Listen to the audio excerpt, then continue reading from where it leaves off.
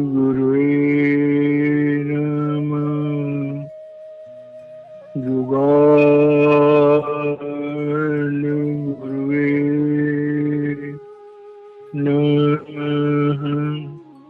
सतगुरुवे नमः। श्री गुरुदेव नमः। परम पिता परमेश्वर और गुरु साहिबान के रहमो करम से हम सब भाई बहन स्पिरिचुअल टॉक चैनल पर सत्संगों का आनंद ले रहे हैं। ये सत्संग श्री गुरु ग्रंथ साहिब के अंतर्गत सुखमनी साहिब के पदों के माध्यम से किए जा रहे हैं। आज हम श्लोक नंबर 7 का पद नंबर 4 लेंगे। पहले इसका उच्चारण करेंगे और उसके बाद इसके आंतरिक भाव को समझने का प्रयास करेंगे। गौड़े सुखमणि महला 5वां श्लोक 7वां। अगम अगाध पार ब्रह्म सोई, जो जो कहे सुमुखता होई। सुन मीता नानक बिनवंता, साधु जना की अचरज कथा। पद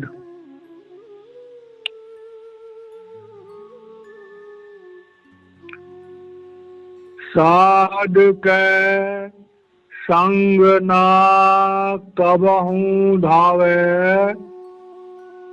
साध के संग सदा सुख पावे। साध संग वस्तु अगोचर लहे, साध के संग अजर सहे। साध संग बसे थान ऊंचे, साध के संग महल पहुँचे।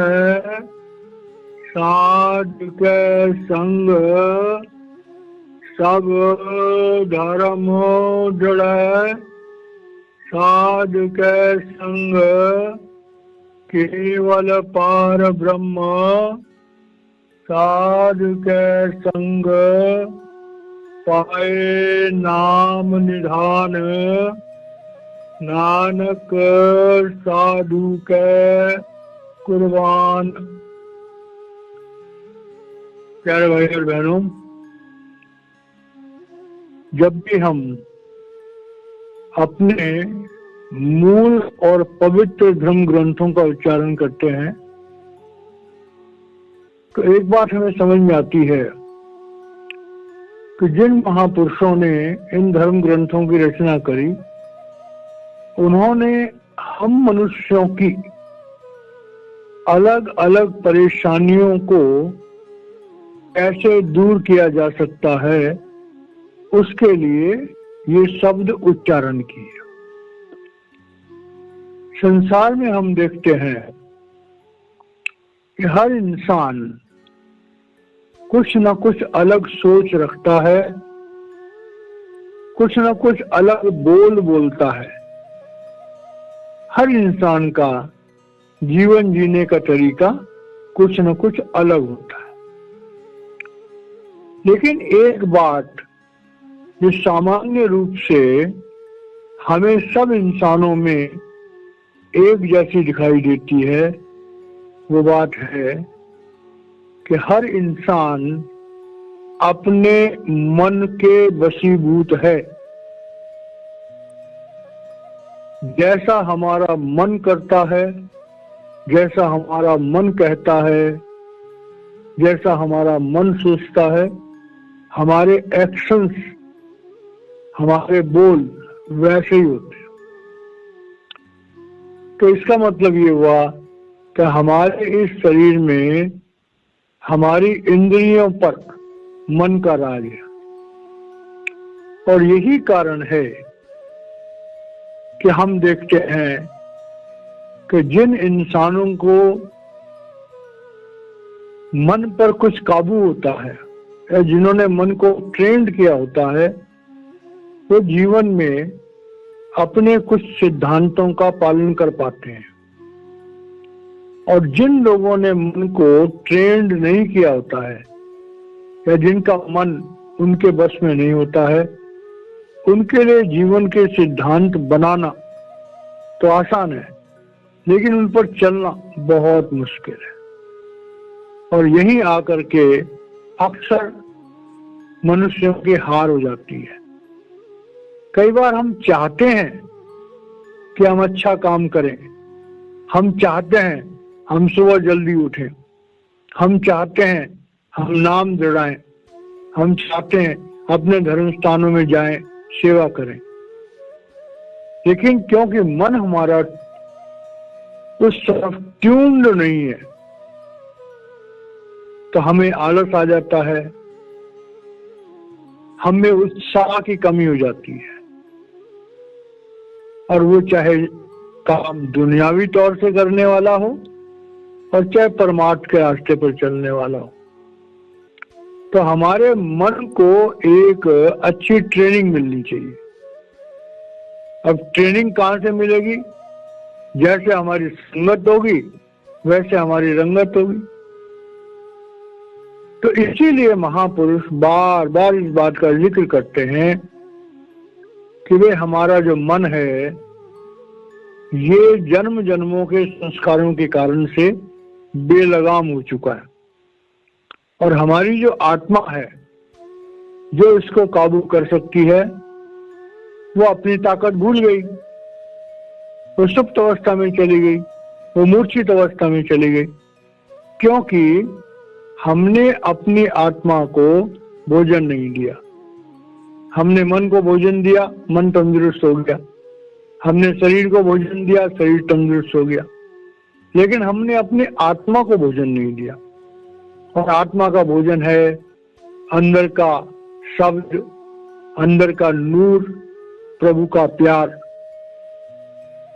तो श्री गुरु अर्जुन देव जी महाराज हमें कह रहे हैं कि भाई हमारे पास जो ऑप्शंस हैं, पहली ऑप्शन है हम महापुरुषों के द्वारा जिन धर्म शास्त्रों का निर्माण किया गया उनका अध्ययन करें, जिन धर्म स्थानों में महापुरुष रहे, जिनका महत्व है, वहां जाके सेवा करें, और जो धर्म शास्त्रों का टीका होता है जिन्हें हम सत्संग कहते हैं, तो सत्संगों में जाएं और अपने मन को समझाने का प्रयास करें।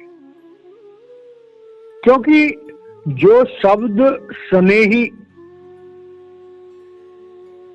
गुरु हुए हैं कि जहां पर शब्द का भेद बताया जाता हो, सत्संग उठे जानिए जिथे इक्को नाम को, जहां नाम का जिक्र होता है, जहां प्रभु के प्रेम का जिक्र होता है, जहां आत्म जागृति का जिक्र होता है, ऐसे सत्संगों में हमें जरूर जाना चाहिए। क्योंकि एक जिंदा सदगुरु, एक जिंदा समर्थ महापुरुष हमारी जिंदगी में हमें मिल जाए, वो तो एक लॉटरी है, वो तो एक बहुत बड़ी प्रभु की कृपा है। लेकिन जब तक हमारे जीवन में कोई समर्थ महापुरुष नहीं आता है, तब तक हमें उन महापुरुषों द्वारा रचित जो धर्म पुस्तकें हैं उनका अध्ययन करना चाहिए, उनके नाम पर जो धर्म स्थान बने हैं वहां जाकर सेवा करनी चाहिए। जब हम ऐसा करेंगे तो एक न एक दिन हमें उन महापुरुषों के जो वर्तमान सत्संग के स्थान है वहां तक पहुंचने का मौका हमें मिल सकेगा। क्योंकि ये बात हर महापुरुष ने कहा कि पृथ्वी कभी भी महापुरुषों से खाली नहीं रहती। कभी वो बड़ी जोर से प्रकट होते हैं और कभी थोड़े गुप्त होते हैं, लेकिन महापुरुष पृथ्वी पर हमेशा रहते हैं। और महापुरुष का मतलब अकाल पुरुष की सत्ता पृथ्वी पर हर समय विराजमान होती है, क्योंकि काल पुरुष जीवों को भ्रमित करता है, उन्हें कर्मों के विधान के मुताबिक सुख भी देता है और दुख भी देता है।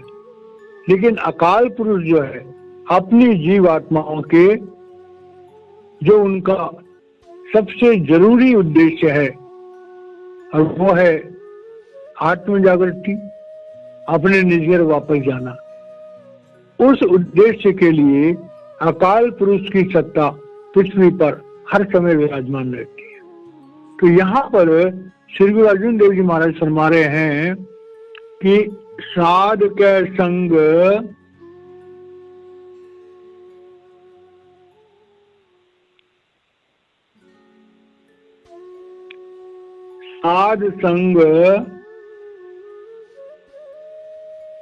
साध के संग ना कबहू धावे। और धावे का मतलब होता है भागा दौड़ी करना। हमारा मन जो है वो बड़ा चंचल है, हमारा मन एक जगह पर टिकता नहीं है, हमारा मन किसी एक चीज से संतुष्ट नहीं होता। इसे हर समय बदलाव चाहिए, हर समय नई लज्जत चाहिए। चाहे कोई भी हो, घर में हम खाना खाते हैं, एक ही खाना रोज नहीं खा सकते। तभी लोग, हमारी बहनें या जो भाई भी खाना बनाते हैं, वो डेली कुछ ना कुछ बदलाव करते हैं जिससे मन को आनंद आए। कभी कोई चीज बना दी, कभी कोई चीज बना दी। संत महात्मा होते हैं जिनकी रुचि बहुत सीमित होती है। कोई ऐसे महात्मा भी हुए हैं जो रोज खिचड़ी खाते थे, उनके लिए स्वाद का महत्व नहीं रहता। तो क्योंकि हमारा मन बहुत ज्यादा चंचल है, इसकी तृप्ति का दायरा बहुत बड़ा है। तो श्री गुरु अर्जुन देव जी महाराज कहते हैं कि जब हमारी जिंदगी में कोई समर्थ महापुरुष आ जाता है, या हम समर्थ महापुरुष की शिक्षाओं को अपने जीवन में धारण करते हैं, तो हमारा मन जो है वो उस चंचलता से दूर होना शुरू होता है। और चंचलता जब घटती है तो हमारे मन शरीर में, हमारे मन में संतोष और शुक्राना, जो भाई बहन सत्संग को सुन रहे हैं उनके लिए इस पहले लफ्ज से ये सबसे बड़ी शिक्षा है कि हमें अपने जीवन में संतोष और शुक्राना, जो कुछ प्रभु ने हमें दिया, जैसा कुछ प्रभु ने हमें दिया, उसमें हमें संतोष होना चाहिए और उसके लिए हमें शुक्राने की भावना रखनी चाहिए। क्योंकि जब हम अपने से नीचे वाले लोगों को देखेंगे तो हमसे ज्यादा गरीब हैं, हमसे ज्यादा दुखी हैं, हमसे ज्यादा कमजोर हैं, हमसे ज्यादा परेशान हैं, तो प्रभु ने जो हमें दिया उसके प्रति हमारे मन में संतोष होना चाहिए और शुक्राने की भावना होनी चाहिए। तब हमारा मन जो है वो धीरे धीरे करके शांत होना शुरू हो जाएगा। और जब किसी महापुरुष के नजदीक हम जाते हैं तो उनकी कृपा से, उनकी दिव्य शक्ति से हमारा मन अपने आप शांत हो जाता है, अपने आप ठहर जाता है। तो महापुरुषों की संगत का हमारे जीवन में क्या असर पड़ता है, महापुरुषों के जो लफ्ज होते हैं, उनकी जो शिक्षाएं होती हैं, उनको धारण करने से हमारे जीवन में क्या फर्क पड़ता है कि हमारा मन जो है वो, हमारा चंचल मन शांत होना शुरू हो जाता है।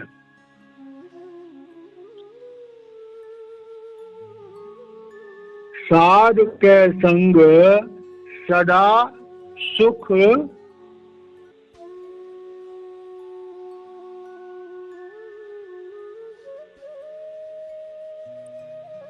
पावे। अब पहले का कटो नहीं धावे, अब कहते साध के संग सदा सुख पाओ। अब सदा सुख पाना जो है, इस बात को समझना बहुत जरूरी है।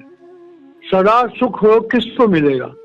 सदा सुख का मतलब कभी कोई चीज है और कभी नहीं है। किसी दिन भोजन मिल गया और किसी दिन नहीं मिला। तो जिस दिन भोजन मिल गया उस दिन तो सुख हुआ, जिस दिन भोजन नहीं मिला उस दिन सुख कैसे हुआ? तो इसका मतलब क्या हुआ कि जब हम महापुरुषों की संगत करते हैं तो हमें प्रभु पर विश्वास होता है। तेरा भाना मीठा लागे, हे प्रभु तू हमें कुछ देता है तो उसमें हमारी भलाई है। हे प्रभु तू हमें कुछ नहीं देता है उसमें भी कोई भलाई है। हे प्रभु तू दिया हुआ कुछ वापस ले लेता है उसमें भी कुछ भलाई है। जब हमारे जीवन का ये दृष्टिकोण हो जाता है तो तब हम हर समय सुख महसूस करते हैं। मेरे गुरुदेव कहा करते थे कि फूल ही फूल हैं, कहते हो जिन्हें तुम कांटे, मेरी दुनिया ये जुनून में कभी आओ तो सही। इस संसार में प्रभु ने सुख और दुखों का जो मेल बना के हमें जीवन का, हमारे जीवन का एक नाटक तैयार किया है, उसका कुछ मतलब है। तो जब हमें प्रभु पर विश्वास हो जाता है तो तेरे फूलों से भी प्यार और तेरे कांटों से भी प्यार, वो अवस्था हमें प्राप्त होती है। तो इस तरह से कि एक साधु के साथ रहने से, एक साधु के पद चिन्हों पर चलने से हमारे जीवन में क्या परिवर्तन आता है, श्री गुरु अर्जुन देव जी महाराज हमें यहाँ समझा रहे हैं। अब कह रहे हैं कि साधु संग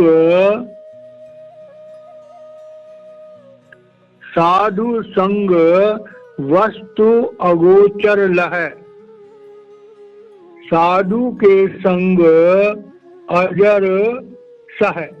अब ये बातें दो बड़ी इंपॉर्टेंट है कि पहली बात तो क्या है कि साधु के संग अगोचर लहै। अब अगोचर माने होता है जिसे हम देख नहीं सकते, और अजर कहते हैं जिसका कभी नाश नहीं होता। तो जब हम किसी महापुरुष की शिक्षाओं पर चलते हैं तो हमारी दिव्य दृष्टि खुल जाती है। इन चमड़े की आंखों से हम इस संसार की इन भौतिक चीजों को देख सकते हैं, लेकिन अंदर की जो दिव्य चीजें हैं या बाहर में जो सूक्ष्म दुनिया है, उस सूक्ष्म दुनिया को हम इन चमड़े की आंखों से नहीं देख सकते। श्री गुरु अर्जुन देव जी महाराज कह रहे हैं जब किसी महापुरुष के नजदीक हम लोग जाते हैं तो महापुरुष क्या कहते हैं, हमारी उस आंख को जिसके द्वारा हम प्रभु की उस सूक्ष्म दुनिया को, प्रभु की हम उस दिव्य दुनिया को देख सकते हैं, उस आंख को वो खोल देते हैं और हम उन सब चीजों को देखने वाले हो जाते हैं जिन चीजों को हम अपनी इन भौतिक आंखों के द्वारा नहीं देख सकते। प्रभु ने हमें एक तीसरी आंख दी है जिसके द्वारा हम प्रभु की दिव्य दुनिया को देख सकते हैं। प्रभु ने हमें एक दिव्य कान दिए हैं जिसके द्वारा हम प्रभु की उस दिव्य ध्वनि को, उस धुर की वाणी को सुन सकते हैं। तो उससे क्या होगा कि जब हमारी आत्म जागृति हो जाएगी तब हम उस अविनाशी शक्ति से जुड़ जाएंगे। अजर सहे का मतलब कि हम उस अविनाशी शक्ति से जुड़ जाते हैं, जो शक्ति कभी नाश नहीं होती। तीन लोकों में जितनी भी चीजें हैं वो सब नाशवान है। चौथे लोक में जो प्रभु का सार शब्द रूप है वो अविनाशी है। तो श्री गुरु अर्जुन देव जी महाराज कह रहे हैं कि जब गुरु हमारी तीसरी आंख को खोलता है, जब गुरु हमारे अंदर के कानों को खोलता है, तो हम अंदर की उस अविनाशी प्रभु की शक्ति जिसे हम अनाहत शब्द कहते हैं, उससे हमारा मेल हो जाता है, वो जारी और सारी हो जाता है और तब हम प्रभु के उस शब्द से जुड़े रहने की शक्ति हमारी आत्मा को मिल जाती है। और जब ऐसी होती है तो साधु के संग, साधु के संग थान ऊंचे, साधु के संग बसे थान ऊंचे, साधु के संग महल पहुंचे। अब हर लफ्ज का बहुत बड़ा मतलब है। साधु के संग बसे थान ऊंचे, साधु के संग महल पहुंचे। अब इस बात को सीखे। पहली बात तो है कि थान पहुंचे ऊंचे। अब इस बात को पहले अपने शरीर में देखें। हमारे शरीर में हमारी आत्मा मन के साथ समस्त शरीर में फैली हुई है। हमारे शरीर में जब आत्मा सिमटती है गुरु कृपा से, तो हमारे मूल चक्र पर पृथ्वी तत्व है। समस्त पृथ्वी की जो पृथ्वी तत्व की शक्तियां हैं वो मूल चक्र पर है, और वहां लोभ भी है। जल तत्व हमारे इंद्रिय चक्र पर है, वहां काम भी है। अग्नि तत्व नाभि चक्र पर है। वायु तत्व हृदय चक्र पर मोह भी है। कंठ चक्र पर आकाश तत्व है, और प्रभु का जो नाम है, प्रभु का जो शब्द है, वो आज्ञा चक्र पर है। तो पहुंचे थान ऊंचे का मतलब है कि हम जब किसी समर्थ सदगुरु के नामदान लेते हैं और वो हमें 5 अभिमंत्रित नाम देते हैं, उनके जाप करने से हमारी आत्मा जो शरीर में फैली हुई है वो सिमट करके हमारे आज्ञा चक्र पर एकाग्र होनी शुरू हो जाती है। ये थान ऊंचे की पहली अवस्था है कि हम अपने शरीर में अपने आज्ञा चक्र पर आए, जहां पर काम क्रोध लोभ मोह अहंकार नहीं होता है या नाम मात्र होता है। साधु के संग महल पहुंचे। महल पहुंचे भी जब हम कहते हैं तो प्रभु का घर हमारे शरीर में एक तो आज्ञा चक्र पर है, और दूसरा पिंड अंड ब्रह्म और प्रब्रह्म को लांग करके सचखंड में। तो जो नीचे वाला शरीर है, जो हमारे आज्ञा चक्र है, यहाँ पर हमें आकर के गुरु के शब्द रूप और नूरी रूप से जुड़ने को मिलता है। सारे महापुरुष कहते हैं कि नामदान लेने के बाद शिष्य का जो फर्ज है वो ये है कि भाई वो अपने आज्ञा चक्र तक अपनी आत्मा को लाए, अपनी आत्मा को अपने आज्ञा चक्र पर लाने का प्रयास करे। उसके आगे की यात्रा जो है वो गुरु का नूरी स्वरूप जो है हमें कराता है, और हमारी आत्मा को फिर वो प्रभु के घर तक, महल पहुंचे का मतलब प्रभु के घर तक पहुंचा देता है, प्रभु की गोद में पहुंचा देता है। इसके पीछे जो बैकग्राउंड है, मीनिंग है, वो ये है, हमारे जीवन में जब समर्थ सदगुरु आता है, वो परमात्मा स्वयं होता है, वो अकाल पुरुष का ही रूप होता है। उसी को ये ताकत होती है कि वो हमारे संचित कर्मों के बोझ को नाश कर सके, हमारा काल क्या कर लेकर फाड़ सके। वही ताकत हमारे शरीर में शब्द और ज्योति का संचार करती है। वही ताकत प्रभु बन के हमारे आज्ञा चक्र पर स्थापित हो जाती है। वही ताकत पल पल हमारी रक्षा करती है। तो श्री गुरु अर्जुन देव जी महाराज हमारे जीवन में साधु का क्या महत्व है, एक समर्थ सदगुरु का क्या महत्व है, उसको बता रहे हैं कि समर्थ सदगुरु जो है वो हमारी आत्मा को इस मल मूत्र के थैले से निकाल करके पहले शरीर में आज्ञा चक्र पर लाती है, और उसके बाद परमात्मा के महल तक हमारी पहुंच करा देती है। उसके बाद कह रहे हैं कि साधु के संग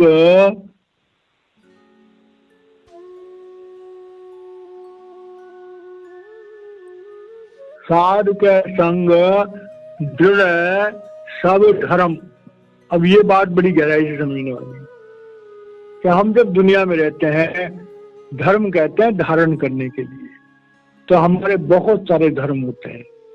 हमारा मानव धर्म होता है, हमारा मातृ धर्म होता है, हमारा पितृ धर्म होता है, हमारा सामाजिक धर्म होता है, हमारा प्राकृतिक धर्म होता है। एक मनुष्य का जो है वो प्रकृति के साथ और प्रभु के साथ बहुत सारे धर्म होते हैं, बहुत सारे नियम होते हैं, बहुत सारे सिद्धांत होते हैं। अब अगर हम दुनिया में देखें तो कई घरों में माता पिता की बड़ी कदर होती है। बच्चे सुबह उठ करके माता पिता के चरणों में प्रणाम करते हैं। कई लोग होते हैं वो सुबह उठ करके प्रभु के चरणों में प्रणाम करते हैं। तो जीवन के अलग अलग पहलुओं में जो सिद्धांत बनते हैं हमारे धर्म के नियमों के अनुरूप, उसमें बहुत सारे सिद्धांत हैं, लेकिन वो सिद्धांत सब भौतिक उपलब्धियों तक ही सीमित है, मन माया के दायरे तक ही सीमित है। तो कह रहे हैं कि धर्मों को दृढ़ करना मतलब धर्मों को समझना, और धर्मों का मूल सिद्धांत जो है वो ये है कि प्रभु सब में विराजमान है। हम सबका आदर करें, सबको प्रभु रूप समझें, हर चीज की इज्जत करें। तो जब हम धर्म के मर्म को समझते हैं तो फिर हम कहते हैं कि गले लगा लो सबको कि अपने हैं, चलो तरह गुजारों में बांटते हुए प्यार। साध के संग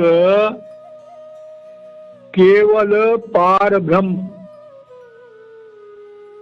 अब ये बात बड़ी गहराई समझने वाली है कि साध के संग केवल पार ब्रह्म, साध के संग पाए नाम निधान।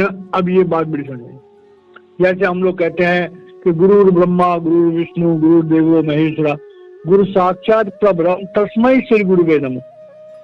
कि भाई असल में गुरु वो है जो परब्रह्म से आया हुआ है, जो त्रिगुणातीत है, जो तमोगुण रजोगुण सतोगुण से परे है, जो निर्गुण है, जो अदृश्य और अगोचर परमात्मा है, वही गुरु है। तो साध के संग केवल पार ब्रह्म मतलब कि साध की संग जब हम करते हैं, जब हमारे जीवन में एक समर्थ सदगुरु आ जाता है, तो उस समर्थ सदगुरु की कृपा से, उस समर्थ सदगुरु की कृपा से जब हमारे जीवन में नाम का संचार होता है। अब यहाँ पर क्या है कि पावे नाम निधान। अब पावे नाम निधान और केवल पार ब्रह्म से समझने हमें पड़ेगा कि जब गुरु हमें नामदान देता है, हमारे जीवन में जब एक समर्थ सदगुरु आता है और एक समर्थ सदगुरु से हमें नामदान मिलता है, तो वो समर्थ सदगुरु क्या करता है, हमारे शरीर में उस नाम की शक्ति का संचार करता है, जो शक्ति वो सचखंड से लेके आता है। और वो ताकत जो सचखंड से एक सदगुरु के साथ आई है, वो ताकत है उसी अंश की जिस अंश के द्वारा हमारी आत्मा ही बनी है, ओरिजिनल नाम। और वो असल में सतनाम, सत शब्द की ताकत लेके आते हैं। लेकिन क्योंकि वो ताकत हमें इस पिंड के देश में मिलती है, इसलिए उसका रूप यहाँ पर हो जाता है अनाहत, और वही रूप जब प्रब्रह्म में जाता है तो वो सार हो जाता है और ज्यादा ताकतवर हो जाता है। तो इस बात को यहाँ कह रहे हैं कि असल में हम एक समर्थ महापुरुष जिसको कहते हैं, वो काल सत्ता से परे से आता है, वो दयाल देश से आता है, वो अकाल पुरुष का मैसेज लेके आता है। और इसीलिए वो हमें 3 लोक की दौलत देने के लिए कभी नहीं कहता। एक अलग बात है कि जब हम किसी महापुरुष के पास जाते हैं तो वहां पर जाकर के हम अपना रोना रोते हैं। और क्या रोना रोते हैं हम ये कहते हैं, देखो जी हमारे पास ये कमी है, देखो जी हमारे पैसे कम हैं, हमारे बाल बच्चे तंदुरुस्त नहीं है, हमारा रोजगार नहीं चलता है, और दुनिया की पता नहीं क्या क्या बातें हम महापुरुषों से बोलते रहते हैं। महापुरुष नहीं चाहते हैं कि वो हमें कुछ भौतिक चीजें दें, क्योंकि प्रारब्ध कर्म जो हमारे बनाए हैं, जो भाई बहन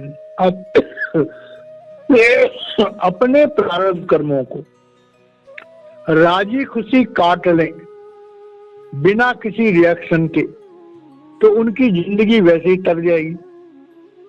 काल भगवान भी कोई ज्यादा मतलब कोई बुरा नहीं है। उसने हमारे कर्मों को इस ढंग से बनाया कि हम आगे कोई बुरे कर्म न करें, क्योंकि हमारे जीवन में अगर सुख भी है तो दुख भी है। ये तो हमारा मन जो है जब दुनिया की वासनाओं में लिप्त होता है तो हमारे संचित कर्मों के आधार पर ये दुनिया की गड़बड़ करता है। नहीं तो समर्थ सदगुरु से जुड़े हुए लोग, समर्थ सदगुरु तो सिर्फ प्रभु की दात देने के लिए आता है, वो तो नाम फलीभूत करने के लिए आता है। लेकिन दुनिया में लोग उससे मांगते क्या है? दुनिया की चीजें। प्रभु प्राप्ति का जो रस है, प्रभु प्राप्ति का जो अमृत है, वो तो कोई बिरला मांगता है। बाकी तो सब यही कहते हैं कि मेरी रोजी ठीक रहे, मेरे बाल बच्चे राजी रहें, मेरी नौकरी चलती रहे, मेरी प्रमोशन हो जाए, मेरे घर में लड़का हो जाए, मेरी बेटी की शादी हो जाए। अरे ये सब तो प्रारब्ध में पहले से ही लिखा हुआ है। पहले बने प्रारब्ध, फिर बना शरीर। हमारे जीवन में क्या होना है और क्या नहीं होना है वो पहले से तय है। सदगुरु से तो ये मांगो कि हे सदगुरु मैं नाम जप सकूं, हे सदगुरु मैं आपके उस नूरी स्वरूप से जुड़ सकूं। लेकिन ऐसा कोई बिरला भी मांगता है। तो श्री अर्जुन देव जी महाराज कह रहे हैं कि जब भी तुम्हें किसी समर्थ सदगुरु के नजदीक जाने का मौका मिले तो हमेशा याद रखो कि वो इस दुनिया में उस परमात्मा की वास्तविक सत्ता, जो प्रब्रह्म की सत्ता है, और वो सत्ता क्या है? नाम। और नाम भी क्या है? अनाथ शब्द के साथ सार शब्द। तो वो तो उस असली नाम को देने के लिए आया है इस दुनिया में। और हम लोग क्या पागल हैं कि हम लोग जो है वो हीरे जवाहरातों की जगह कांच के टुकड़े मांगते हैं उससे। तो अगर हम चाहें तो वो परमात्मा हमें हमेशा का मोक्ष प्रदान कर सकता है। नानक साध के कुर्बान। अब श्री गुरु अर्जुन देव जी महाराज यहाँ पर कह रहे हैं कि संसार में लाखों लोग किसी समर्थ सदगुरु के पीछे चलते हैं। बहुत सारे लोग कहना मानने की कोशिश करते हैं, लेकिन उस पर कुर्बान जाने वाले, उस पर सब कुछ निछावर करने वाले, जिसके बारे में कहा जाता है कि तन दादम, जान दादम, ईमान दादम, कि जिस पर हम अपना तन भी निछावर कर दें, अपना मन भी निछावर कर दें और अपना धन भी निछावर कर दें। कहने का मतलब क्या? गुरु कभी हमसे कुछ चाहता नहीं है, लेकिन जब हम अपना सब कुछ समर्पण कर देते हैं तो गुरु रखता नहीं है। जैसे अष्टावक्र जी ने जब राजा जनक को कहा था कि तुम अपना मुझे तन भी दे दो, अपना मन भी दे दो, अपना धन भी दे दो, तो राजा जनक ने पहले संकोच हुआ, फिर उन्होंने दे दिया, संकल्प कर दिया। तो अष्टावक्र जी कहते हैं कि हे राजन, अब मैं तुम्हें तुम्हारा तन भी वापस करता हूँ, तुम्हारा मन भी वापस करता हूँ और तुम्हारा धन भी वापस करता हूँ, लेकिन तुम इसे मेरा समझ के बरतो। ये बात बड़ी गहराई से समझने वाली है कि जब हम किसी समर्थ सदगुरु से जुड़ते हैं और अपना सर्वस्व उसके चरणों में दे दें, और कैसे दे दें? जैसे गीता में भगवान कृष्ण ने कहा, अर्जुन को कहा कि भाई सबसे आसान रास्ता क्या है कि सर्वधर्मान परित्यज्य मामेकम शरणम व्रज अहं त्वा सर्व पापेभ्य मोक्ष ईष्यामि मा शुच। तो अपने आप को संपूर्ण समर्पण कर दे, मैं तुझे कर्मों के विधान से मुक्त करके तुझे मोक्ष दे दूंगा, तुझे हमेशा हमेशा का जीवन दे दूंगा, तुझे सचखंड का जीवन दे दूंगा। तो वही बात यहाँ कह रहे हैं कि जब हम किसी समर्थ महापुरुष पर कुर्बान जाते हैं तो हमारा जीवन सफल हो जाता है, हमारा कर्मों का विधान नाश हो जाता है, और जब हम शरीर छोड़ेंगे तो सदगुरु के साथ हम सीधे अपने इस धाम सचखंड चले जाएंगे।